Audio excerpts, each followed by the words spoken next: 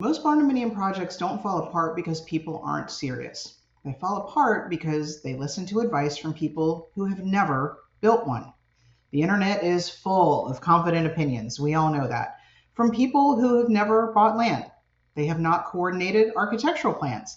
They haven't dealt with a builder or timelines or financing gaps. Barndominiums are not a Google search result. They're not a Facebook comment section. And they're definitely not a one size fits all checklist.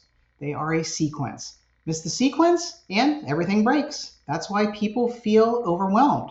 Too many opinions, no strategy, no one connecting the dots.